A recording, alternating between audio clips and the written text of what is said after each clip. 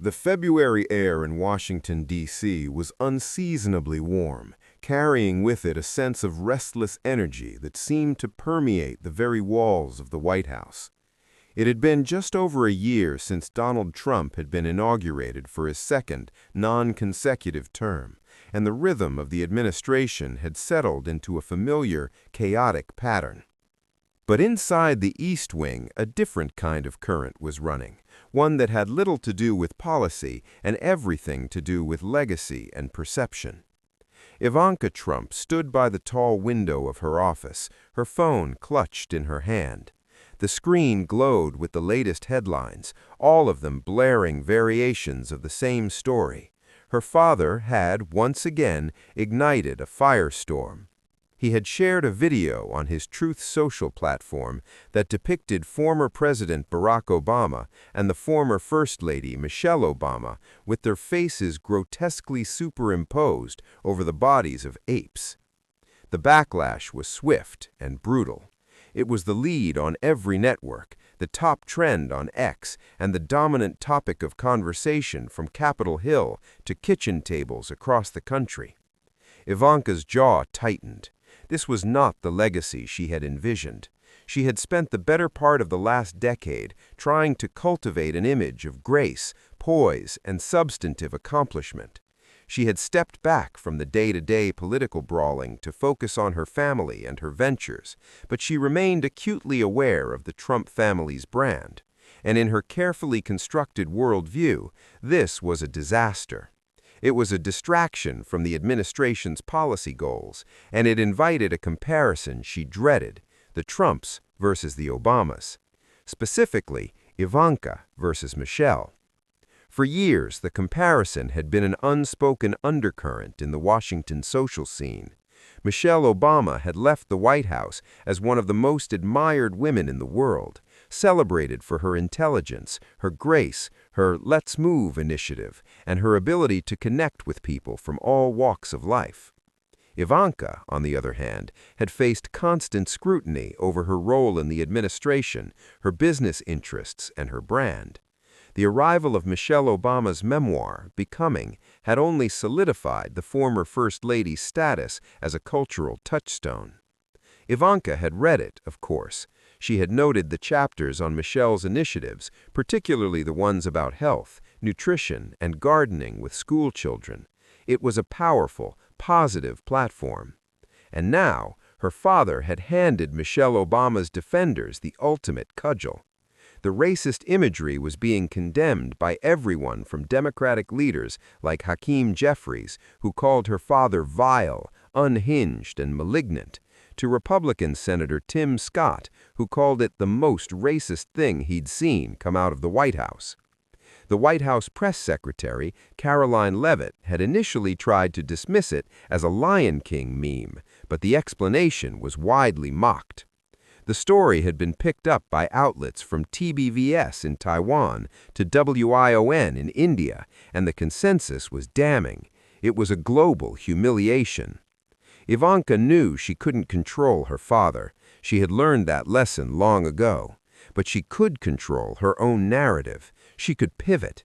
If the conversation was going to be about the Obamas, she would make sure it wasn't just about a vile video. She would remind people of the positive, substantive work she was doing. She would draw a contrast, but on her own terms. She scrolled past the news alerts and opened her Instagram drafts. She had been sitting on a post for a few days, a love letter to fans about her latest venture, Planet Harvest. The photos were perfect, her looking chic in a cream double-breasted suit at the Heartland Forward Summit in Bentonville, speaking with Ariana Huffington about food as medicine, supporting small farmers, and reducing waste. It was wholesome, it was bipartisan, and it was deeply, deeply on brand. The caption was already written, a manifesto about fixing the food supply chain that could have come straight from a Whole Foods catalog. So many of the challenges we face today, from rising healthcare costs and chronic disease to food waste and the pressure on small farmers, can be traced to a common root: how we grow, distribute, and access our food, she had written. It was perfect. It was the kind of post that would get picked up by lifestyle blogs and maybe even a few news outlets looking for a counter-narrative to the White House chaos. She posted it. Within an hour, the comments started flooding in. At first, they were the usual mix of praise and adoration from her followers. "You're amazing, Ivanka. So proud of your work. Beautiful inside and out." But then the tone began to shift. The algorithm was working, and people who had seen the news about her father were now landing on her pristine, well-intentioned post. The contrast was jarring, and the comments section became a battleground. The first few were subtle. "This is great work," one user wrote. "Michelle Obama was clearly a huge inspiration to you." Ivanka scrolled past it, but it stuck in her mind. Then came another. "Isn't this what Michelle Obama said as First Lady?" And another. "Not original. You are taking after First Lady Michelle Obama and all of her efforts for knowledge of healthy food or better food." The comments kept coming, a relentless drumbeat of comparison. They weren't attacking her work, they were framing it as a pale imitation of Michelle Obama's legacy. They were pointing out the elephant in the room. While her father was busy dehumanizing the first black First Lady with racist memes, his daughter was trying to cosplay as her. The irony was not lost on the internet. Ivanka felt a familiar burn of frustration. She had worked hard on Planet Harvest. It was a legitimate business with a social mission. She had partnered with Melissa Ackerman to create scalable solutions for getting fresh produce to food banks and schools. She had spoken passionately about supporting small farmers, a cause that resonated deeply with the heartland voters her father courted. And yet, it was all being reduced to a footnote in the Michelle Obama story. She couldn't let it stand, but how could she respond without appearing defensive, without acknowledging the racist video that was currently dominating the news cycle? She decided on a strategy: ignore the critics, amplify the message, and let the work speak for itself. She replied to a few of the positive comments, hearted a couple of the supportive ones, and posted a few more photos from the summit, this time showing her talking to farmers. The backlash machine, however, was already in motion. The story was no longer just about Donald Trump's racist post. It was now about Ivanka's attempt to claim the high ground on health and wellness, and the internet's gleeful, ruthless comparison to Michelle Obama. The next morning, Ivanka woke up to a notification from a news aggregator. The headline read, "Ivanka Trump fans spot a rivalry with Michelle Obama after health kick campaign." The article, syndicated on sites like Newsbreak, laid it all out. It quoted the comments from her feed verbatim, noting the glaring comparison between her mission and the former First Lady's. It was a fluff piece on the surface, but the subtext was clear. Ivanka was playing catch-up. She threw her phone onto the bed. This was not the narrative she wanted. She wanted to be seen as an innovator, a leader, a woman of substance.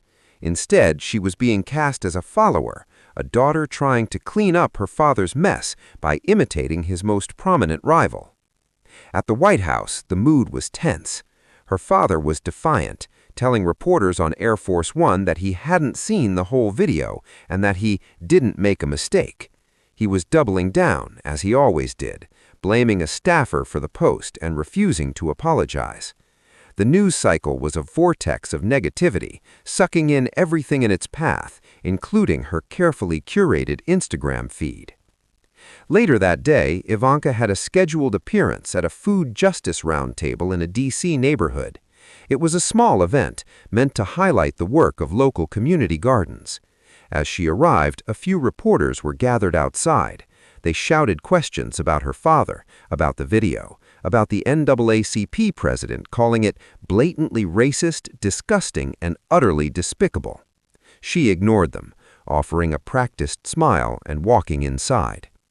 The roundtable was filled with community activists, local farmers, and nutritionists.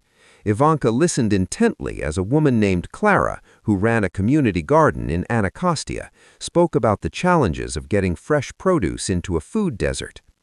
Clara was a black woman in her 60s, with kind eyes and a weary voice. She talked about the kids who came to her garden, how they didn't know what a tomato plant looked like, how they had never tasted a fresh green bean. The First Lady, Mrs. Obama, she understood, Clara said, looking directly at Ivanka. She came to places like this. She planted that garden at the White House to teach kids. She made it cool to eat healthy. It wasn't just policy for her. It was personal. It was about our children. The room was silent. Everyone looked at Ivanka. For a moment, the polished veneer cracked. She saw the weight in Clara's eyes, the unspoken challenge. Michelle Obama wasn't just an idea in this room. She was a legacy. She had been here. She had done this, and she had done it with an authenticity that resonated deeply with these communities. The comments on her Instagram weren't just trolls. They were a reflection of a broader truth. Ivanka leaned forward. Clara, what you're doing here is incredible. And you're right, the work to ensure our kids have access to nutritious food is a long-standing one. It's a nonpartisan issue. It's about building on the progress that's been made by so many people and finding new, sustainable solutions for the future. That's what Planet Harvest is about. We're looking at the supply chain, at getting overlooked crops from small farmers to tables just like the ones in this community. It was a good answer. It was diplomatic and forward-looking. But as she spoke, she saw Clara's eyes flicker with something that looked like pity. It was as if Clara could see right through the talking points to the political machinery behind them. She wasn't Michelle Obama, and no amount of polished rhetoric was going to make her so. The event ended, and Ivanka posed for photos with the group. As she was leaving, Clara handed her a small bag of fresh kale from the garden. "For your family," she said simply. On the drive back to the White House, Ivanka stared out the window. The kale sat on the seat beside her, a green, leafy reminder of the day's humbling lesson. The comeback she had envisioned wasn't a knockout punch. It was a slow, grinding realization that some narratives are bigger than any single post or initiative. The news cycle that night was brutal. While CNN's Jake Tapper mercilessly mocked the staffer excuse for her father's post, the Chirons also ran stories about the growing rivalry narrative. The juxtaposition was damning. Trump shares racist video of Obama, Ivanka tries to pivot to healthy eating, Internet points out Michelle Obama did it first and better. A few days later, the storm began to settle, as it always did. The news cycle moved on to the next controversy, the next provocation. But for Ivanka, the episode lingered. She had learned a bitter truth about the nature of political combat in the digital age.